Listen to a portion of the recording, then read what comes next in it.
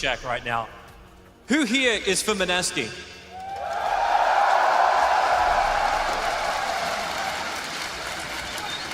And Pain Gaming? I think we have a very clear winner from the crowd. I think it's Pain Gaming all the way, Red. Yes, thank you very much, Toby. And well, yeah, I think you're right about the popularity of the Brazilians and the Romanian scene as far as this first matchup is concerned. We're going to head towards the draft. We're back with our panel members once more. Nahaz, Purge, and Capitalist all here ready. Alan, let's talk stats. What do you got for me? Come at me. Do you want us to step off stage for a minute, or? Yeah, I was about to say, No, is this like another 5-minute segment for Alan? You know what? I don't have any long monologues for these two teams. I think it's all about how, I think it's going to be important for Pain to use their bans in the draft.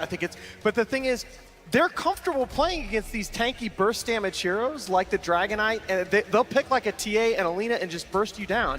I think it's going to be interesting to see how Pain wants to approach these games. This is one of those games, it's really not going to come down to any number but how fast you can play. Okay, Cap, the guys highlighted Weeha as one of the star players in this matchup. A lot of the heroes that he plays at that top end, the Embers, the TAs and everything, is that something that you think Mineski will focus on early?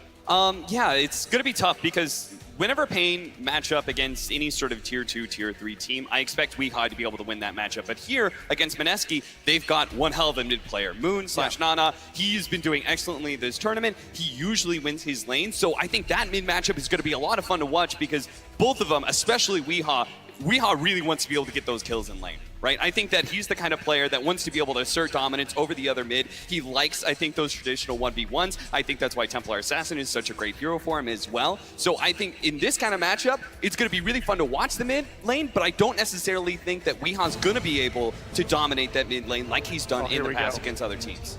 I just wanted to throw in there, by the way, that it was actually HFN that played mid in the deciding game yesterday against Liquid. He was up 67 to 45 last hits on Miracle's OD as TA at 10 minutes. These guys, they've had their laning consistency problems in the past, as Purge pointed out, but they're playing really well early game now.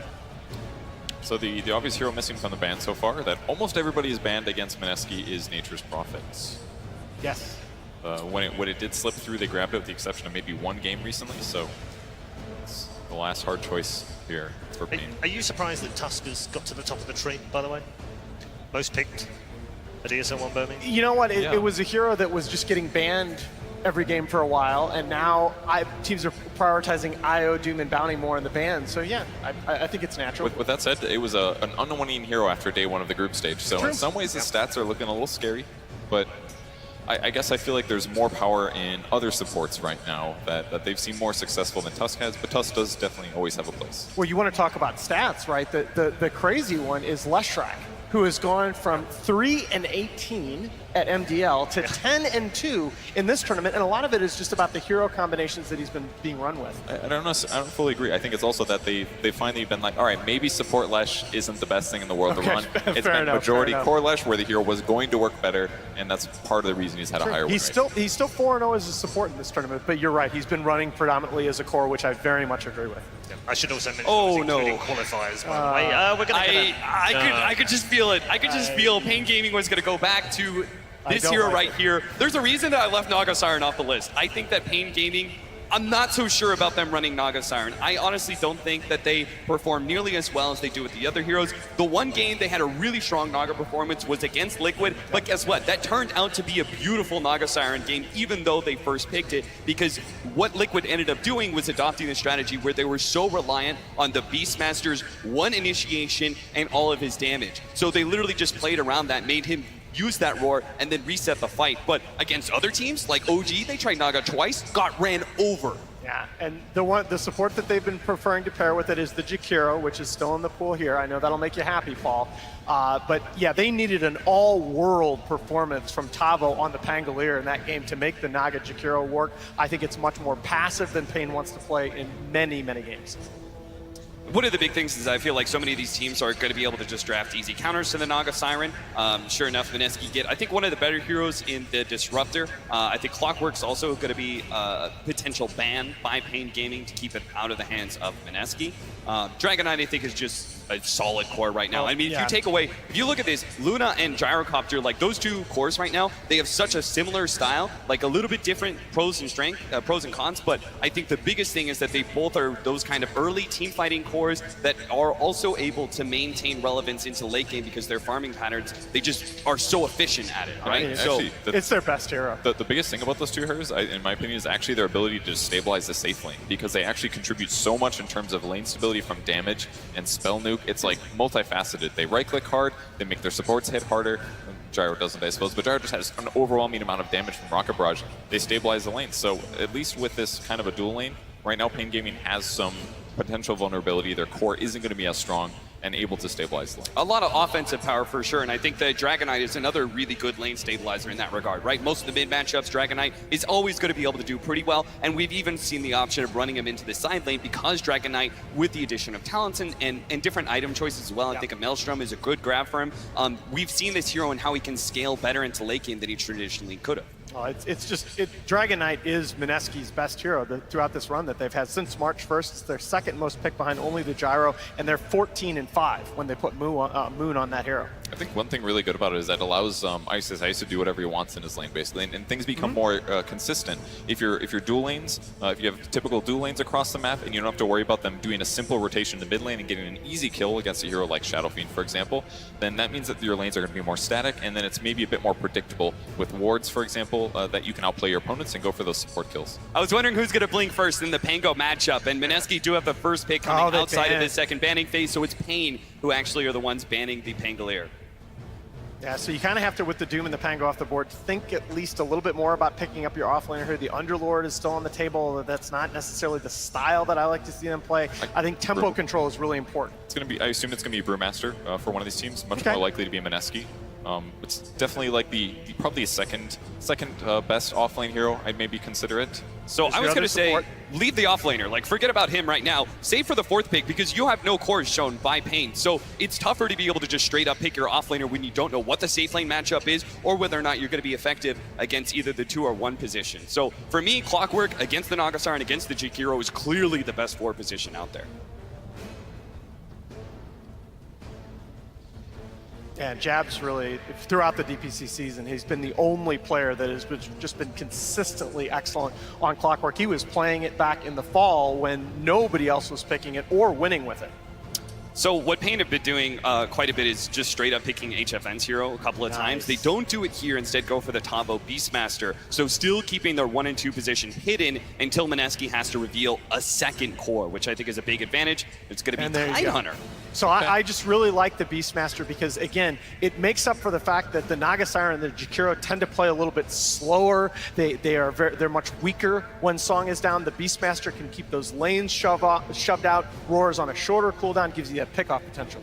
Yeah, it's definitely going to be a lineup from Pain that is not going to be the fastest pace in that 15 to 25 minute marker. But then again, Mineski has some very long cooldowns, so you can still kind of play around that, right? Dragonite and now the Tidehunter as well. 2 very long ultimates that you need to be just always make sure that you have up before you head into a team fight. That's exactly the concern I was going to flag for Mineski, that you have the more cooldown reliant lineup right now, and you don't have a very strong Roshan yet. I agree that they're a little bit more cooldown reliant, but if you're looking at Pain's strengths, it's always going to be around Song into Ice Path combos, kind of stuff. Like, Naga doesn't contribute nearly as much as the Mineski supports do, and Mineski's drafts is just so much easier to execute as well. You've got Clockwork hooking in, Tide's going to walk in all tanky, drop a Ravage, and that's going to give them at least a couple seconds to have a pick-off before a potential Song turnaround comes. I really worry. Again, the game might be decided before that point, but I really worry if we get around to the second or third Roshan. You're talking about Mineski having to control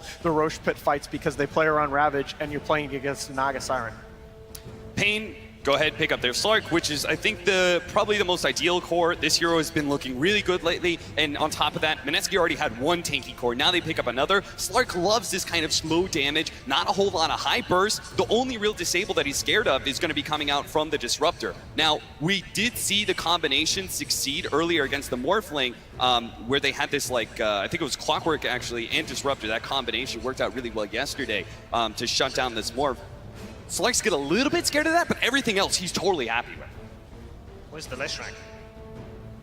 Good question. Well, we kind of talked about it. I think that Leshrac has been falling a bit in viability. The mid matchup, people have been liking less core Leshrac, and then the support isn't as effective just because of the fact that it's a lot of damage, but it's also a hero that can get run over really quickly. Yeah, it looks okay for Mineski right now. It's very good against Slark until he gets his Black King bar, but he also has some vulnerabilities. He could be chain stunned very easily by Aurora into follow-ups. This is a great draft by Pain. I am very worried. I really don't necessarily want to see Mineski pick Spectre here.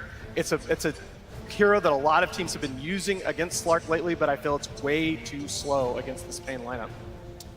You would have a problem. I think at least Mineski, the biggest strength of their lineup is that they have this like guaranteed win team fight, right? They have two different initiators combined with a static storm.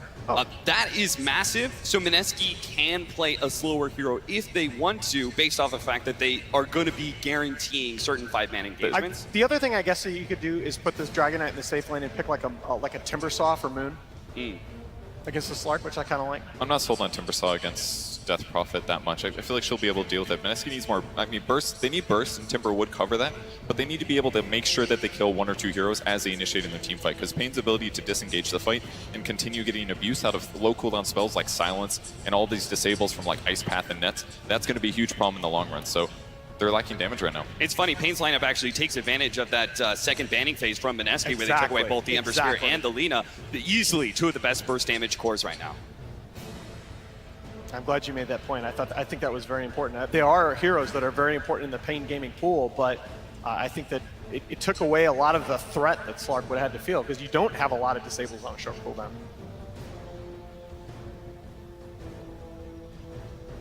I guess you also maybe could go back for Kunkka here. Is Lesh not just obvious as well? Yeah, I think Lesh is okay. I feel like Kunkka could work, but against like Song and Ice Path, that's like ways for them to disjoint possible setups or buy yourself time. You don't necessarily want to have to wait like 3 seconds to initiate with a Kunkka, for example. I just feel like the worry is that Lesh he can't tank up fast enough in this game against this Pain lineup. He just gets jumped on. It's scary for sure. Yeah, the last time they played with a Tidehunter and a Lesh, they lost. In the other 5 games they played with the Tidehunter, they did. So maybe that's playing on their mind as well.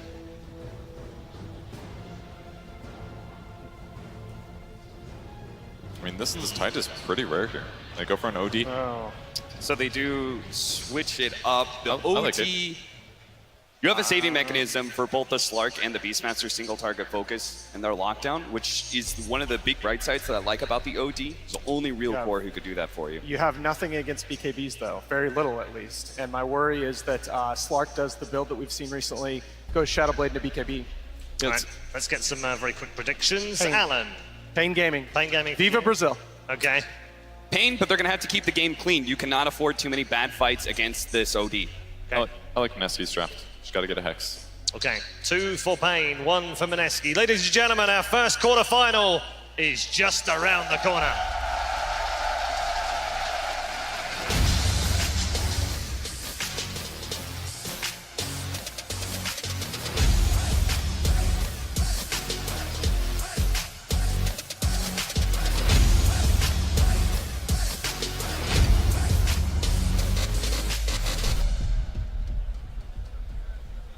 Ladies and gentlemen, yes, this is the first series here at the main stage of ESL Birmingham 2018. I'm Odie Pixel, I'm here with Fogged, and we're going to be taking you through Mineski versus Pain Gaming. And Fogged, what a series to start with. Mineski, DAC Major Champions, Pain Gaming, these rising underdogs. They've come in with this recent roster, and they're coming in big time here at this major.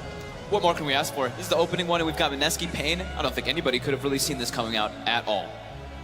Look at these 2 drafts we've got between us 2. Very even. They both kind of have this balance coming out. They're good at building it. We've got lots of team fight coming out, so this should be a pretty damn exciting game. Absolutely. And here we go as we get ourselves stuck into this first game of this best-of-3 series. Pain Gaming versus Mineski. A lot of things to talk about, as we heard from the panel. What do you think about the OD last pick? It feels like a good idea in terms of the saving potential. Yeah. Are they going to have trouble in the lanes because of it, or do you trust in the Mushi safe lane OD? Yeah, it's curious. It is the safe lane. I think I do have faith in it. It looks like it could work. I think the Slark could get a bit out of control, and I really like the overall balance. Like, Pain has a lot of ways to take their objectives. They can do Roche, they can hit buildings too. Mineski, they're very cooldown reliant on in the other aspect if they want to be taking fights and trying to pressure all the time.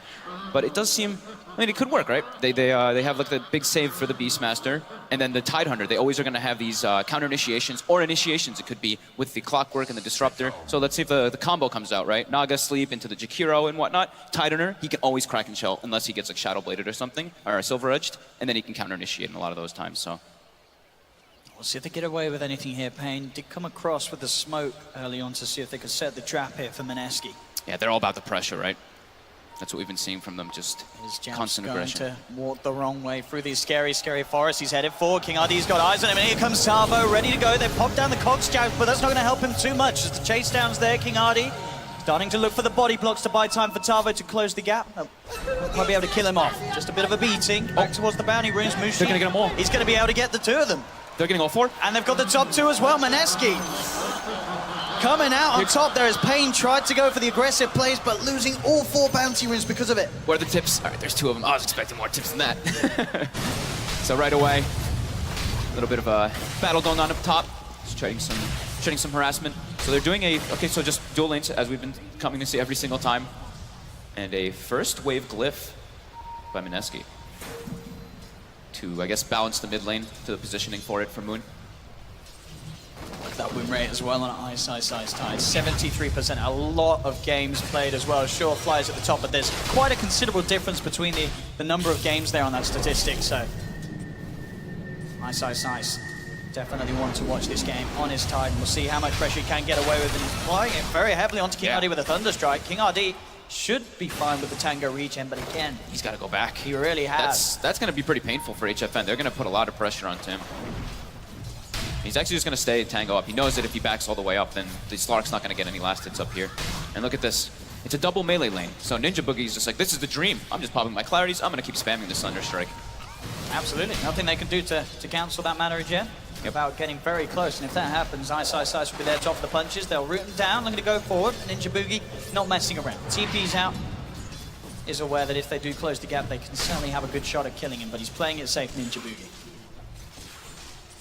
Yeah, they do have a lot of kill threat on the Disruptor. It's just, if the Tide's up there, once he starts getting some more levels, he'll be pretty tanky, but how's our other lanes doing? Last hits, looking good at the start right now for Pain. Kind of expected, they have this very pressure, like Beastmaster Jakiro down here, they can apply a lot of pressure onto the OD. Heavy amounts of nuke coming out from these two. Probably two of the stronger nukes in the first few levels. Yeah, Mushi certainly having a slow start down there because of that. And the mid matchup in this 1v1. Ninja Boogie got the that D-ward. He's got a DD as well, so he can come back up top, offer a bit more harassment onto HFN, but yeah, HFN, top CS. Even though we saw King RD getting pretty heavily bullied on the Naga Siren. No, it was really smart that he stayed around and just used that Tango regen just to stick around instead of going back. But now Ninja Boogie with the DD. Yeah. It's pretty scary at this early stage. As HFN will have to keep his distance, but he's got the wave coming through. Levels at the moment, Ice. He's got the level 2, but they've got 2 on both of their heroes on Pain. They saved the D-ward mid actually for Moon when he was getting lower to use his Tango, so he's got the double effectiveness from it. So it's going to be really nice for him in that mid matchup as we see him kind of leading the way right now as that Dragon Knight. Look at these last hits. I mean, Mushi's getting really pressured. Now Jabs too, getting ran at here. Taro looking for the body blocks. He's got the Mango popped. He's got the axes to throw. He's looking for the angle. He goes forward. Can they finish off Jabs? No, they've got to back off. Mushi's on his way over. Duster pretty low here, having to keep his distance. But again, still, neither team able to claim that first kill yet in these first 3 minutes. Man, Moon's doing so well mid versus Weehaw. Even though we have the double no build. On top again, King RD constantly being kept low, but as you say, just doing his best, pushing the hero to his limits in terms of just being able to stay and offer at least some sort of backup for HFN, so HFN can keep farming, and it is paying off. It's about the presence right now, bottom, Jabs. Look for Tavo here, he's got Battery Assault. See if Tavo can play his way out. He's got to stick himself in the creep wave. He's trying to just stand his ground and offer some punches back. Yeah. Nicely done. 15 and 4 CS, as we've been saying on Tavo as well, just having that slight edge on Mushi on that bottom lane, thanks to the backup of the clock. He's trying his best to get Mushi his farm. Yeah, I mean, it's a very defensive kind of lane down bottom until once they start getting some more levels on the OD, then they can start dishing out damage. Well, Pain, it's all about just spamming and pressuring. They've got mangoes aplenty, and axes plus dual breath all the time. Good Jeff, I get pressured a bit here. Ninja Boogie's got glimpse, but good get it. And King RD has to stay up there. Otherwise, that's what's going to start happening. Even though the Slark is farming fine, he has to keep his presence there. I guess this could be a cool play right here. He's got a haste rune. He's making his way up toward top. King RD, he has got setup available with the net. And there we go. Looks towards Ninja Boogie. Ninja Boogie quick with a glimpse onto Weak. Goes for the TP out. Is he going to make it away? He's not. Good attempt to escape there by Ninja Boogie, but couldn't quite get out in time. First blood for HFN. Oh, first rune hit. The 4-minute rune haste rune. Absolute dream ran that nighttime. Yeah, we had just that extra bit of damage they required to get away with that play. Yeah. 5-minute runes to come in, and it looks like Pain Gaming. They're going to get all 4 this time around. I believe so. Yep. Top lane, King RD's going to head over and get that. So look at the revenge for losing the 4 earlier on at the 0-minute mark. Yeah. Like we said, the 3 of the lanes are going incredibly well for them. Or 2 of the lanes. The mid lane is, still kind of even. I mean, Weehaw made the rotation, so he missed a little bit, and he's a little bit lacking on experience because of Moon's denies. Now this Dragon Knight is level 6. Weehaw has to be careful. And look at the sort of movements coming towards mid as well. Yeah, these are the perfect movements. Whenever you see it's like that 5-minute mark, you see your mid laner either hitting 6 or is 6 already, you want to do this as your support. So you want to pressure, especially with Dragon Knight, because you get that tower damage as well.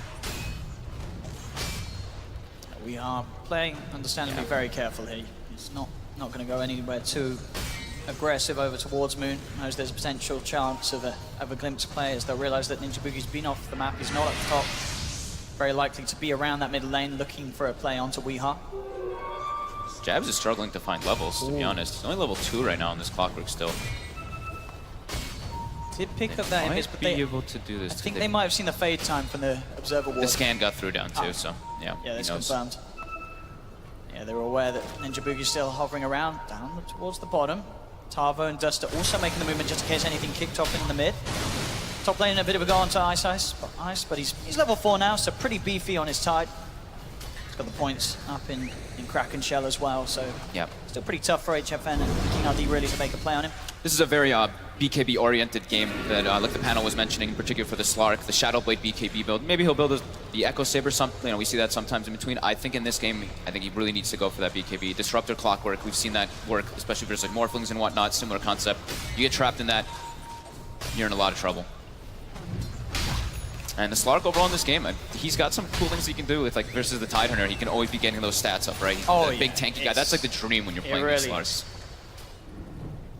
And bottom lane, Mushi. I mean, Jabs has kind of been sacrificing himself a bit in the levels. He's level 2, but he's been giving Mushi pretty much full experience. So you see this OD is now level 7, and he is completely caught up. And it's actually dissuaded Pain from putting on this pressure with the Beastmaster Jakiro. Tabo and Duster actually kind of moving around, looking at jungle camps and stuff. So this bottom lane now is pretty heavily won by Mineski. There's sort of, as we saw, the 1 level advantage really between both sides, mids and safe lanes, respectively favouring Mineski due to these movements and making sure they get that extra XP. Moon with the Elder Dragon form, starting to get a bit of pressure onto that mid-tier 1 tower. Top. Should be able to get away with this one. He's going to be rooted up, and they'll get the kill. HFN and King RD. I mean, this Slark is having a pretty good time top. Look at those S and shift stacks, 10. Yeah, nice and early on. I know I can trust you guys. I'm sure everyone is sort of getting farm in the game, but Slark definitely one of those heroes that is the more scary. If he gets that sort of beginning to a game, if he's not pressured, and they sort of ran the dual lane, and they were very heavy on the harassment onto the Naga Siren, but HFN, thanks to sort of King RD's constant presence and sort of just drawing the attention away from the Slark, HFN, he's been having a great start. And we can see on the net worth, he's up there at the top one. And he's going to, like I was mentioning, the supports are extremely underleveled because Jabs has sacrificed himself. He's going to have some free picks if he does get that quite early. So Jabs and the Disruptor both need to be careful. Jabs gets a quick D reward, tips Duster for that. Very sort of hard to control this Slark this game. I mean, it's the static zone you're mainly looking at. Sure, there's a few other stuns, but with the Dark Pack's availability, I think definitely the biggest thing to bear in mind, as the panel said, is the fact that as long as Mushi's around, they'll be able to sort of slow down HFN in the fights in terms of getting those quick and easy pickoffs. They can force him to have to stick around that little bit longer to actually find the kill. which could then result in them being able to turn around onto Slark and take him out. Definitely. Mineski now, they're jungling with the Dragon Knight. They know the priority now in this game is Disruptor getting that level 6 so that they can go for those ganks. And as we're being pointed out, the stacks from Ancients, this is actually something that Mineski does so often. That's why we see them pick the Dragon Knight. It's pretty much their most played hero. They do this all the time to make sure that he is a scaling core. He can get those damage items. He can be that carry. Tavo. Has walked into these two as they will go for the attempt. King RD is around. Can he do anything to save Tavo? He's going to try and hold back the DK, but the damage is too much. Tavo will fall. Pain can't quite save the Beastmaster. It's a nice rotation now too. They can apply pressure to the tower. Mushi forcing the wave in. He's cutting himself through the tree, seeing if he can close the gap onto King RD, but it won't be the case. Fortification coming out from Pain. They are TPing over to sort of put a stop to this. At the same time up top, HFN making a bit of a go onto Ice. Again, just getting a lot of those beautiful Essence Shift stacks here. And ooh, Ravage comes out, but it's not going to keep him alive there as the Dark Pact finishes off Ice. Now Tavo chasing down jabs. Wee's there as well. King RD, they should be able to get this clock, and they will. Pain gaming it, getting a fair few kill after kills. It's 4 for 1, still very close to the net worth. But and it was a good response too. Look at the bottom tower, barely got hit. They did like 270 damage to it.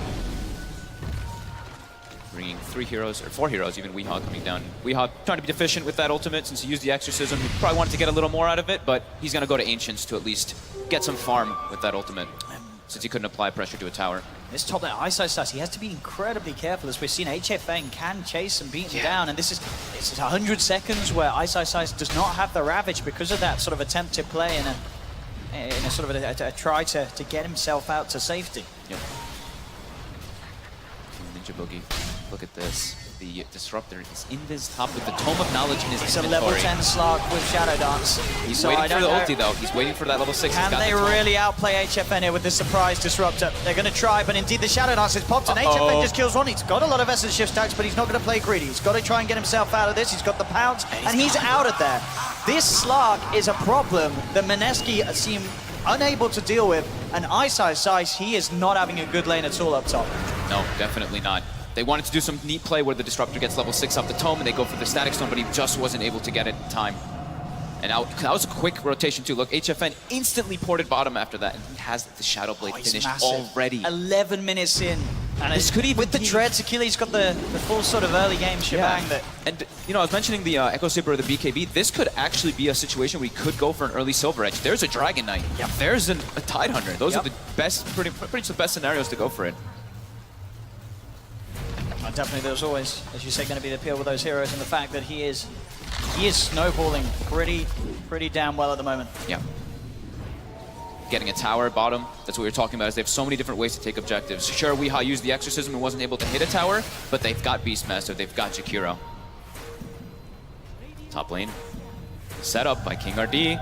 Moon's alone while he's pushing this tower. He's pretty deep here as well.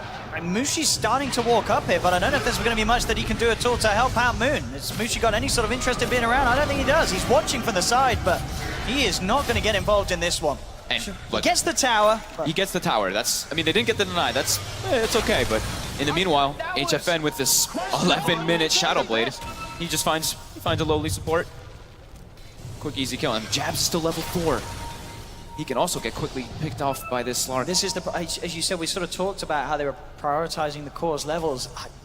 It feels like it's sort of had a bit of an inverse effect because of the fact that their supports, as you say, this level 4 clockwork. What does he do in a game like this where there's a Shadow Blade Slark at 11 minutes in? He's got to just get his 6. He's got to just sit mid and sap experience. Mushi does have a full 4-step and is level 11 though, so he is quite a force to be reckoned with. And now they do have Ravage as well. Okay. So that was the problem. It's like they used the Ravage to try to be defensive for Ice so he could save himself. They weren't getting levels on their support, so their rotations aren't natural. Pain making very good moves, and HFN just constantly stalking around. But again, Pain has the counterplay to sort of this Ravage Static Storm teamfight. They have a Naga Siren. As long as King RD is careful with his positioning, he's going to have an answer to it. He's got cooldown sure, right now, at the moment, yeah. So they're going to look for the glimpse play. Let's see if they can get away with this. They've got the Troll Trap as well. Static Storm down as they focus towards Weehaw. Ravage comes out. They've caught the Death Prophet. No escape for Wee. The rest of the team trying to escape, but Mushi, he's already got the setup onto another with the Astral, buying time for them to surround him. They'll take King RD as well. That's where Mineski's lineup thrives, is these ultimates. They can be long cooldown at times, but whenever they've got those up, they will be able to take the advantage for the most part against Pain. Maybe Pain, when they have Exorcism, they can look to take those engagements and the Naga ulti, but in lane. HFM trying to make a bit of a go here onto Mushi. He's got the pounce for a little bit of time, but Mushi's still able to force stuff after it wears on. Love the way you can just like Astral. You know that the Dark Pack's coming? Doesn't matter. How's our Dragon Knight's level? So he's going to be like level 12 in particular, where they really want to get him that farm, because he's going to be using the ulti to hit those Ancients.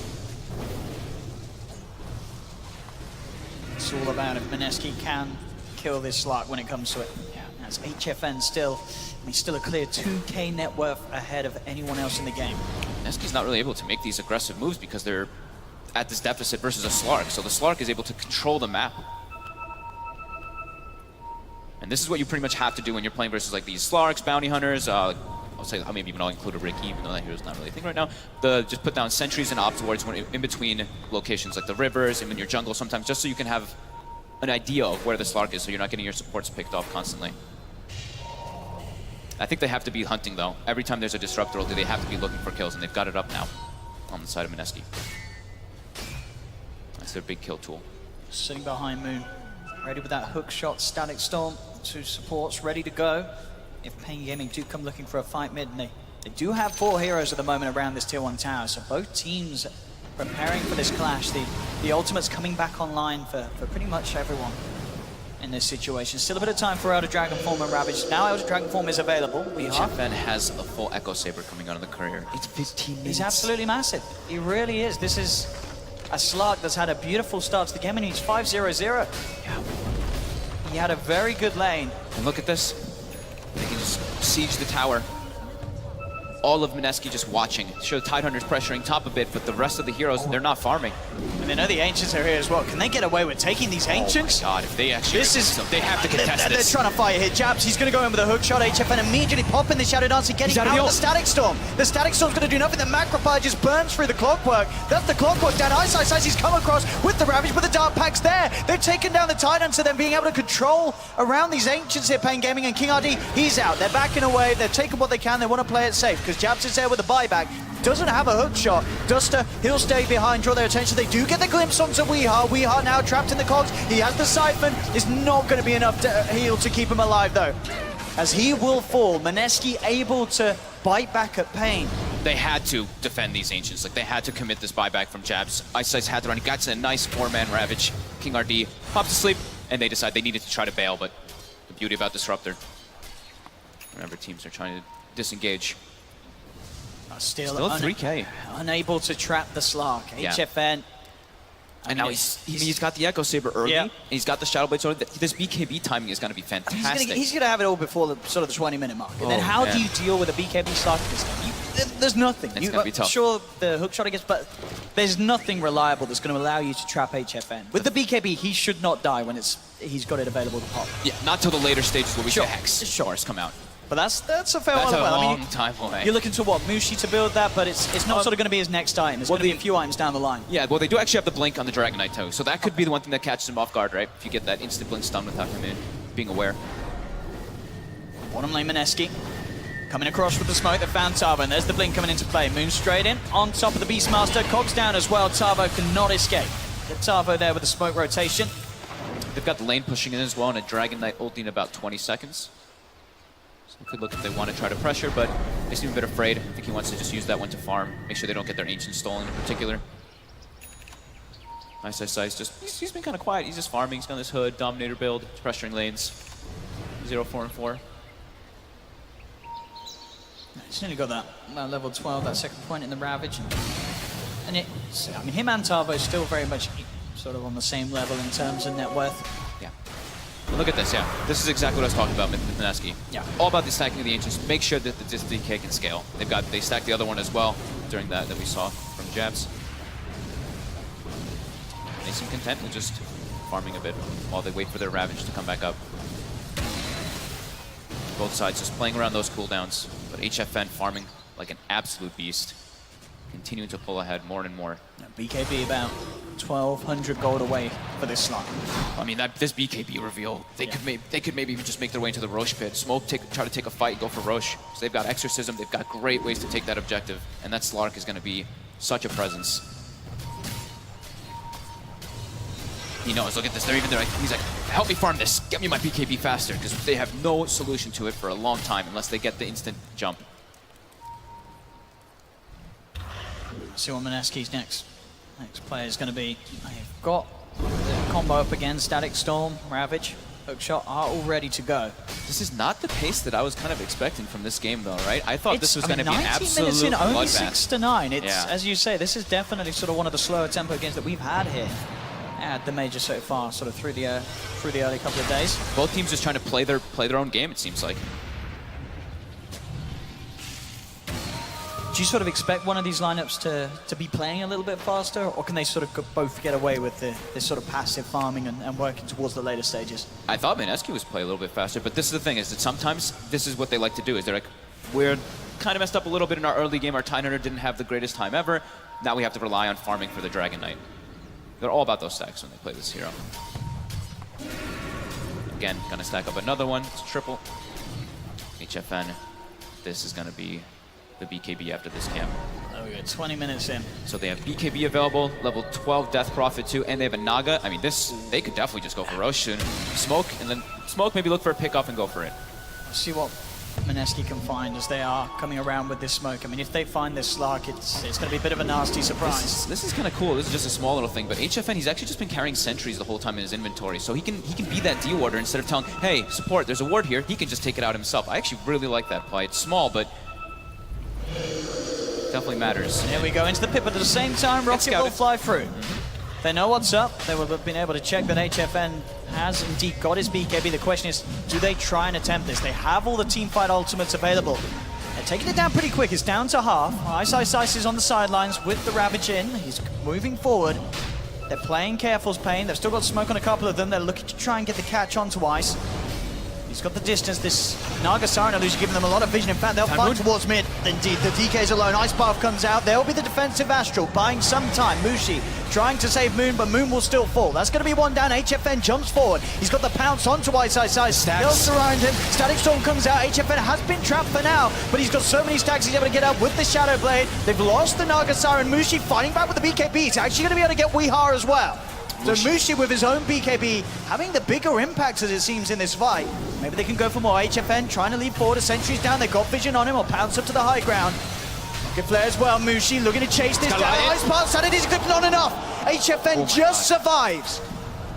But that was close. And Mushi there with his BKB doing a lot of work. Yeah, they had to commit so much to actually kill Moon and put them in a weird spot. And the Exorcism had ended, so their big team fight ability wasn't available anymore. The Roche is sitting at about 1600 HP. It started to regen up though, that 20 HP per second. And that was a massive fight for Maneski to take. Definitely. The sort of the fight we always questioned was how hard it was going to be with the BKB on Slark. In fact, they're going back in. Ninja Boogie does try for the glimpse back. Onto the Slark, goes for TP out. He's not going to make it though. Too many heroes beating down upon him. As the Disruptor gone. Can Pain Gaming get themselves back into the pit? They're all about controlling this area. Now it's that time. They know there's no BKB on the OD. They just know there's no Sanity, Static Storm, Ravage. The ults are gone, so a lot of sort of worries aren't there for Pain. And they still have the song is the important one too, so they can always make sure, they can just use it when it's getting low, just to make sure that the Clockwork can't steal it. Because we're watching Jabs, look at him. Look at the board. He's trying, but they're trying to block him in. They will successfully get him. No way that they can close the gap onto Jabs, and the Jabs can't close the gap onto them. Time, HFN, he's actually found Moon. He's going to start building up the Essence Shift stacks. It pops the Shadow Dance. This is a lot of stacks coming up. He's on 33. Look at these stacks go. Mushi trying to force Moon to safety and he'll save him. Mushi coming in just in time to get Moon out to the side and will keep the Dragon Knight alive. This is a game where like both teams, in a way, kind of have to keep tabs on the Slark and the OD, right? Just like, all right, how many in stack? All right, how many edge stacks? All right, don't take a fight. Wait for it to go down and then we can try to do this. Not just in terms of that, but the timings with the sort of both long ultimates on some of the cores on either side. A lot of things to bear in mind this game. And the BKBs, we see how important it's going to be. I was touching on it in the beginning of the game. All about like breaking the combos for both sides. So Slark needs that BKB always for the Disruptor ulti, while on the other side, the OD always needs it, as well as the Dragon Knight versus that Naga combo that comes out. Got the mech as well now done on Ice, so an extra bit of way to sort of react to the jump from Pain. Still though, a 4K lead for Pain Gaming, 23 minutes in.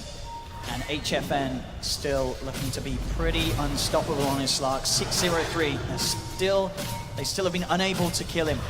Yeah, and he's gonna be going for that Silver Edge next. So that's gonna make, the Dragon Knight, he took some time to kill before, but That's going to make it much easier. And then they can even go for the Tidehunter in a lot of those situations too. Break that Kraken Shell, get a Silence, get a Disable on top, maybe just a Silver Edge into a Roar. Then they can look to actually focus that Tide and won't have to worry about the Ravage so much.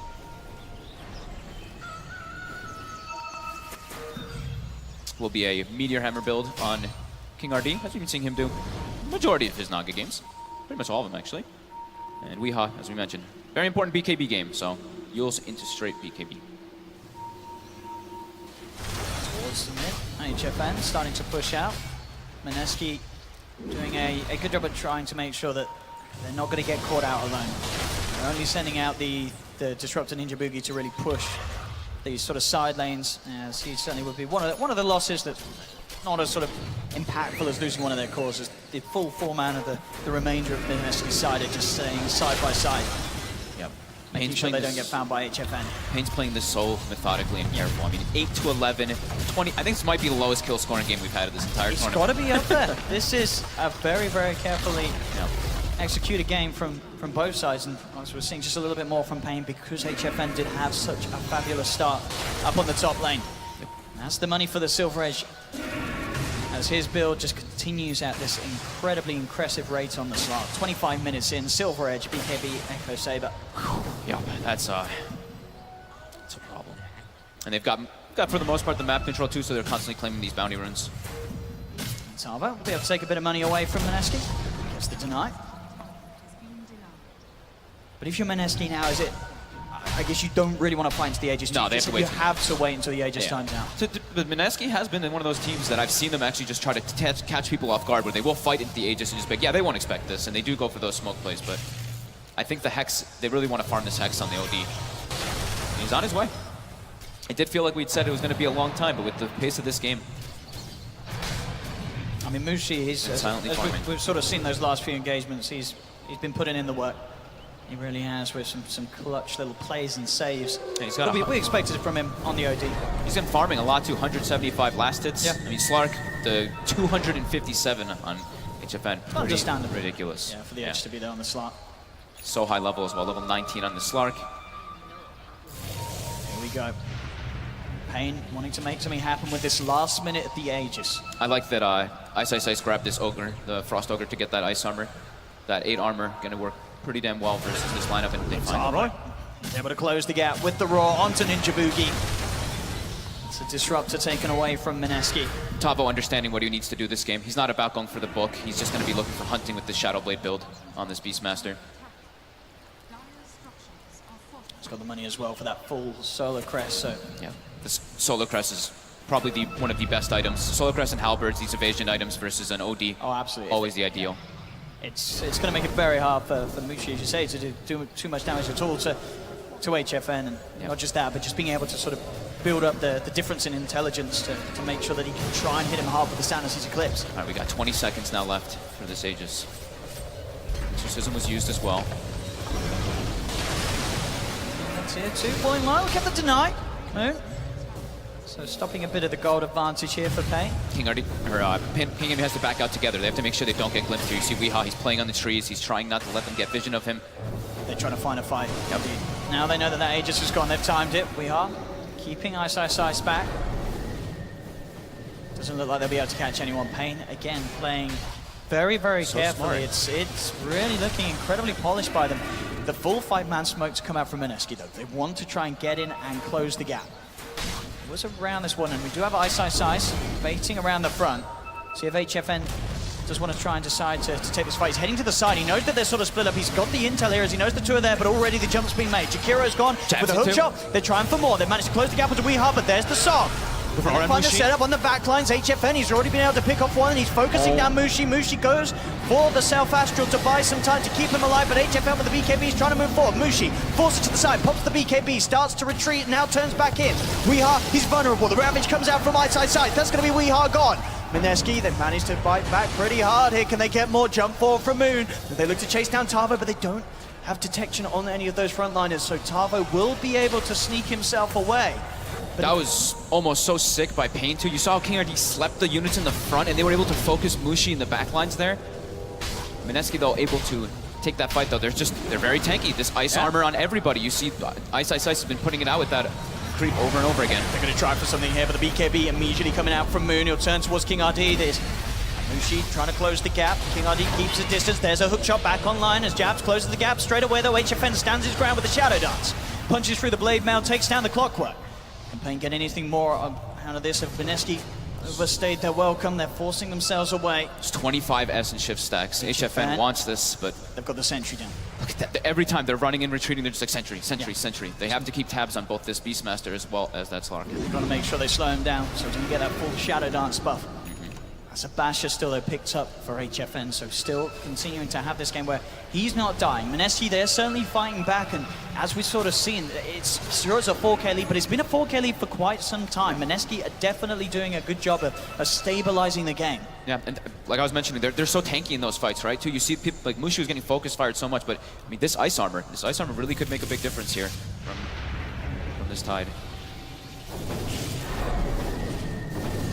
And that Hex, it's very, very close now for Mushi. So Blink and Hex into Blink probably. If they can take HFN out of the fights, it is just going to be very hard for Pain to get the damage out once the BKBs are popped by Mineski. Yeah, because in most of these engagements, it's pretty much been like after Death Prophet, after the Exorcism is already done. So it's pretty much all on the Slark, since they've been using that ulti from Weehaw to take the objectives rather than taking the team fights more so.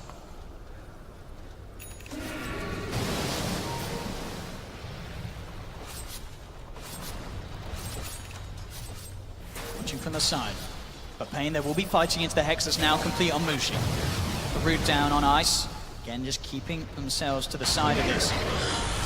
Ice just standing on the front lines here, trying to make some sort of a fight. Indeed, HFN goes in, he's got the Silver Edge hit, removing the Kraken Shell. Silence as well as the Macropie being laid down, but Jabs, he's ready to go forward. Gets the hook shot onto Duster. Glimmer Cave's there, but he's got the Dust to counter it. They've got the vision onto Duster. Duster will fall. That's going to be one down Tavo. He's rolled Mushi. HFN jumps forward. Mushi falling incredibly low. He's got the Astrals, keeping him alive for a bit of time. Ice being focused by HFN. They'll turn back towards Mushi. Pain, they're taking down the OD. They'll jump forward, get the bash, take down Tide as well. Moon now sort of separated from the team. Tavo and HFN are making their way over to Moon. Pain Gaming, they're letting Weehaw finish off the Disruptor. They've taken 3. HFN's in onto Moon, gets the bash through the BKB. That'll be Moon gone as well. Wow. Triple kill for HFN. And that's 4 down on Mineski, 3 without buyback. Pain Gaming, they're ready to go down the mid lane. This Slark, just an absolute monster this game. 12-0 and 3, HFN. They just can't deal with it. Despite their best efforts, Mineski, they're trying to be so careful with how they take the fight, but that time around, as we saw, it was the fact that they were able to kill off Mushi pretty they got quickly. the roar. That time they got him. They got the roar right away, and King RD in that whole fight, he controlled the Dragon Knight. We saw Moon all the way in the backlines, that entire fight just getting netted and just danced around by this Naga Siren. It's going to be a full set down bottom, and indeed the melee as well in the middle lane, taken by Pain Gaming, a 12k gold lead. This game feeling incredibly hard for Mineski to come back into. There still definitely is a chance because of the fact they have that Hex against the side. If they can get Mushi on top of HFN, they've got a chance. But if they don't, every fight, HFN is just going to run out of control, as we've seen time and time again in a match where this Slug just isn't dying. Yeah, I mean, overall Pain, they've been playing it so well around the cooldowns of Mineski. They know that they have these long durations, and then they're like, okay, we're going to start the fight, and we have these BKBs. So you see Ice is like, I don't really have an option to Ravage in these situations. I mean, it's very tough for him. What do you imagine Mushi's going to buy next? Do you feel that he himself does have to get something like a Blink or a Shadow Blade so he can make sure that he can close the gap on the Slar? Because surely that at the moment is the most important deal. They have to get that instant Hex onto HFN. Yeah, I think the Blink is always a great item on the OD. I think Weehaw actually thought that he had a Blink Dagger in a lot of situations because he's been like sitting there waiting down the Astral and timing the Crypt Swarm to make sure that he can't actually try to blink out of it. But he doesn't have a Blink. Could see him go for it though. Here we go, smoke from Mineski.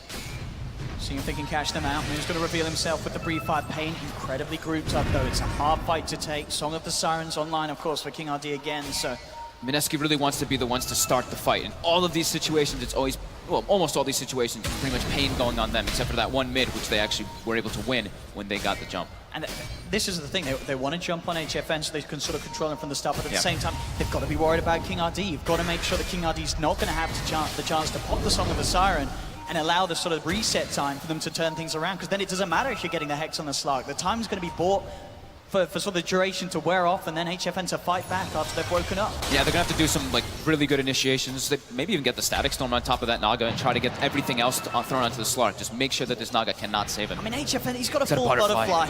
Oh, that evasion. Like we were saying, evasion versus OD. How do they Absolute hit him? dream. It's, I mean, as I saw earlier, yeah, the Orchid, I believe, is it done now for Moon? He's got it. He just he's got spent the the Orchid, skull. so he can get the Bloodthorn. Yes. Not the most reliable thing versus a Sure, Slark, but as BKB is in third place, there's definitely ways to remove it for Yep. sure. But if they, it's sort of the combos, and if they can get the Hex on into the Bloodthorn, as long as he wasn't Dark Pacting beforehand, then Yes. then they'll be able to kill him. But as you say, still such a hard thing to execute. It's sort of in the thick of the chaos that Pain Gaming are bringing each and every fight. yeah, it seems it's like But they it have to may do be the only way. Yeah, they have to do like 5 different things in order to make sure that they can kill this Slark. While this Slark can actually just walk in, pop BKB, and start hitting these tanky cores, the DK, the Tidehunter, or even these supports. He's gonna kill anyone he starts focusing on. If he gets on poor Ninja Boogie, I'm gonna be really sad. Here we go, Roshan, it's already gone, they've got it, there's going to be a hook shot forward, but the Aegis is already picked up. Song's going to be set up here from King RD. They're seeing if they can find anyone else on Mineski. They know that, of course, the jabs are down the front lines, but they want to find the bigger targets. Mushi gets the chance to pot the BKB, but HFN, he's already there, looking for the bash onto Mushi, jumps forward, onto Ice. He's building up these essence shift roar. stacks. There's the roar, they've got the control. Mushi in trouble, Static Storm's going to be dropped down, but it doesn't matter. HFN stands his ground, takes down one. They do have the Ravage. Can they kill HFN once? They can, but he's got the Aegis. He's going to be back and ready for round 2. Tava trying to get himself out with the Invis, the sentries down, BKB from Moon with the pre-fight. Can he finish up Tava? No, because here comes the Slark, the bashes. That's going to be Moon going down. Justice still surviving. For this finally goes. There's going to be Moon falling. It's a triple kill for HFN. He's going to get more out of this by the looks of it. He's gonna get a rampage? He's falling a little low, but he's got the Shadow Dance. Goes back towards Ice. Ice is going to be taken out by the Crit Swarm. That's going to be an ultra kill. Everybody dead on Mineski. GG is called. HFN Slark, absolutely unstoppable this game, 16-0-4. They never had the answer for it, Mineski. They really didn't. They got their levels so late on the supports, they didn't get any... I mean, they got a couple team fights where they could get success with that Ravage, but overall, Pain, an extremely clean game. Very really few was. mistakes. HFN played out of his mind. Turning up here in this first game of the series in front of this incredible crowd here at the Major, and Pain Gaming keeping their composure, looking it's just so scary. This is a team that's showing that they can do the chaos, they can do the fighting, the brawling, but they can also make those very, very carefully controlled decisions to close up a game. We saw them at each tower push, in and out they went. And I think the real big thing is it is the Slark. You know, we knew that this is one of HFN's strong heroes. It is something that he's absolutely terrifying on.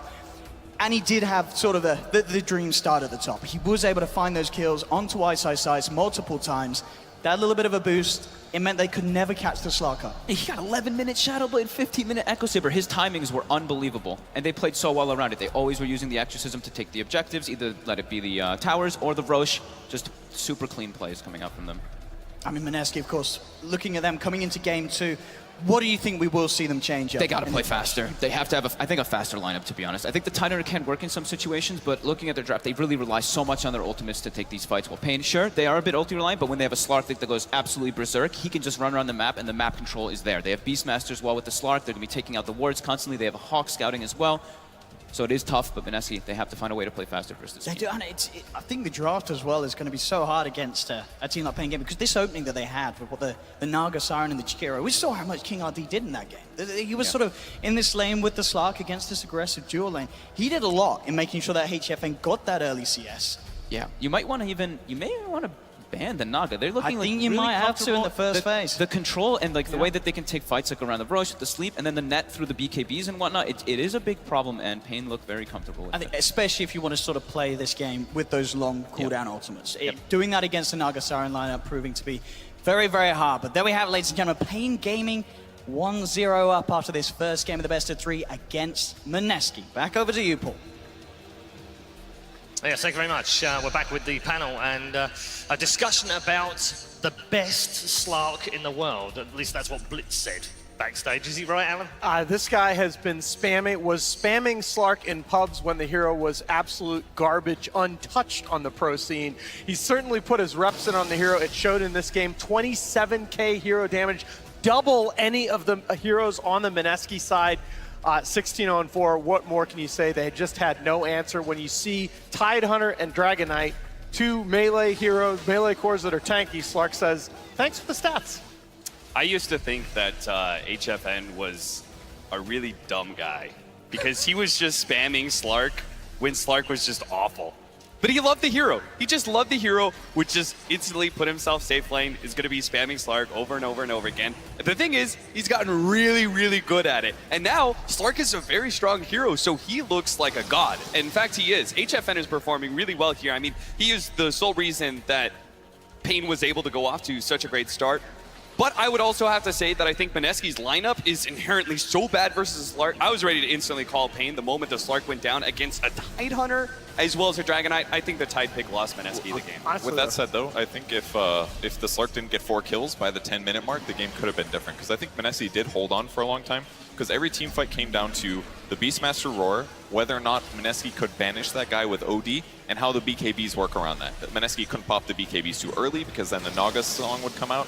So they just had to try to play around that. But Pain did such a good job making sure that they timed things at the perfect moment. And when they could finally, when they got the Basher, they were able to kill OD with the Roar before he was able to BKB or banish himself. And that's when they started just stomping fights. It's dead on what Kevin just said, because to me, this game was going to be a lot about how was Mineski going to play those couple of fights where Slark had BKB and OD did not yet have Hex. And Mineski outplayed them in those fights. You saw that engagement in the Radiant Jungle where Mineski was actually able to come out ahead. Slark has BKB Echo Saber Shadowblade at the 20-minute mark, and Mineski is out executing. But by the time the Hex came online, right after OD gets the Hex, they go in with the Basher on Slark, catch the OD out, and that decides the game.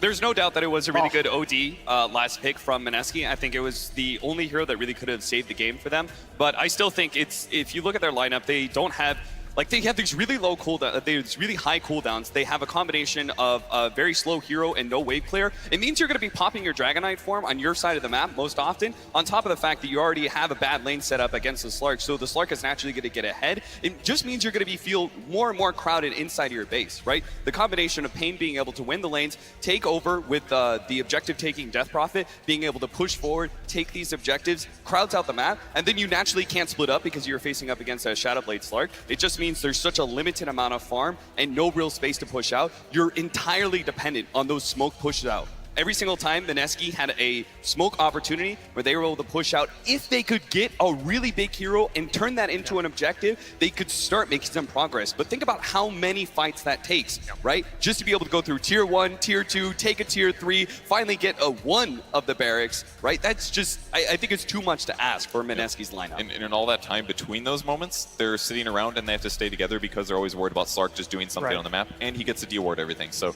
and Pain just played the first start of the game too. They had the very well. They had a great early start. They instantly commit Exorcism to the top tier 1. They got wiped there, and it looked like a big mistake from Pain, but they respawn, they instantly go mid, and they get the tier 1 anyways. And I mean, the game, you're right, Kevin, the game started off just disastrously from Mineski. I mean, you see Ice blowing his first Ravage under his own tier 1 tower and still dying to Dark Pack while Slark is stunned.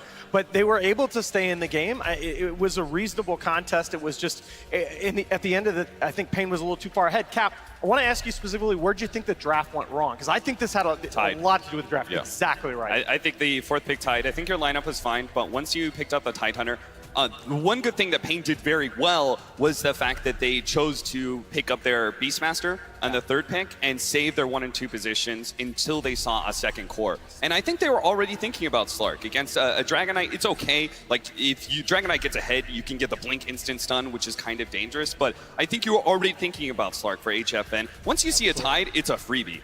No, this is why I asked you this question. He says, I think you have the perfect answer there. The Beastmaster didn't have a great game, but I think hiding those 1 and 2 positions was so impactful. And I think if he just has a slightly better laning stage, I think Mineski can honestly do fine in the team fights. They went about even, considering the nice setup that Pain had and the gold advantage they had. So if they just had a slightly better game, or maybe a slightly better Tide versus carry matchup, then they definitely could have won that game. Imagine it was a Pango instead of a Tide, right? Yeah, exactly. Like, a faster hero makes a big difference.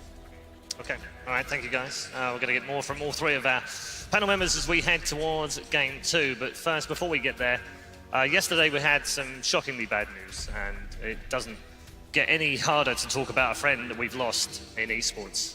Yesterday, sadly, John Bain, game critic, esports commentator, nerd, and friend, passed away, aged just 33, after a long battle with cancer. John was much more than just a YouTuber or a caster. giving countless hours and days of his time to help others, be they up-and-coming players, budding casters, or hopeful YouTubers. His contribution to our industry was huge, and he'll be sorely missed by friends, colleagues, fans, and family. Legend is an often used word in our world, but somehow it doesn't even seem enough for John. We'd like you to join us in a minute's silence to honor his memory. Today's matches are dedicated to John. Rest in peace, Cynical Brit.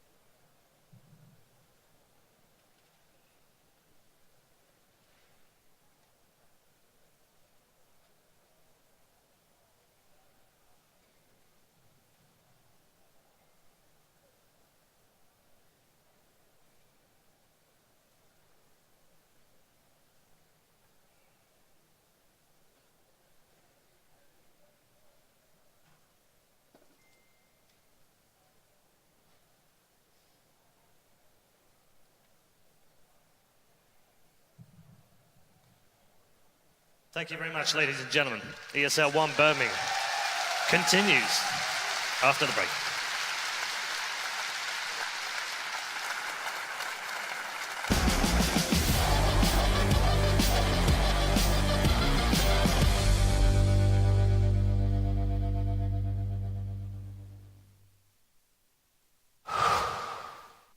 I do. I want to get in there. Wow. I'm not dead. Are you dead? Yeah, I'm dead. Never, dude. Dude, look at that macro pyre, dude. Oh my god.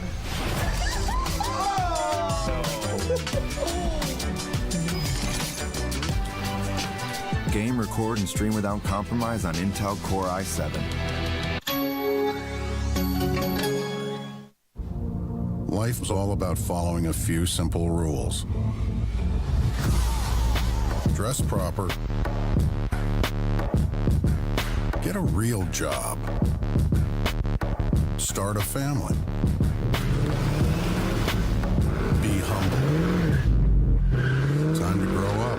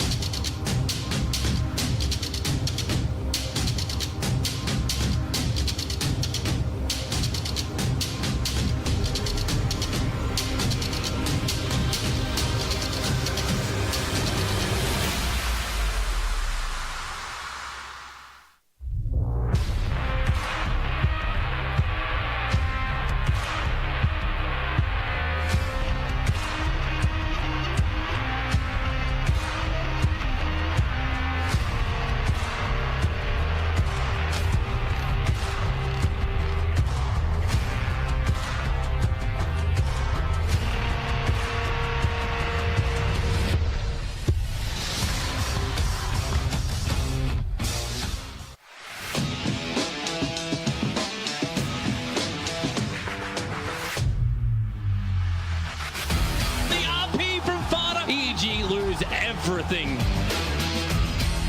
The Hurricane Pike Rupture! Absolute destruction coming out from Liquid. Solo, beautiful feed script onto Mugi. Rampage for no one. GG is called.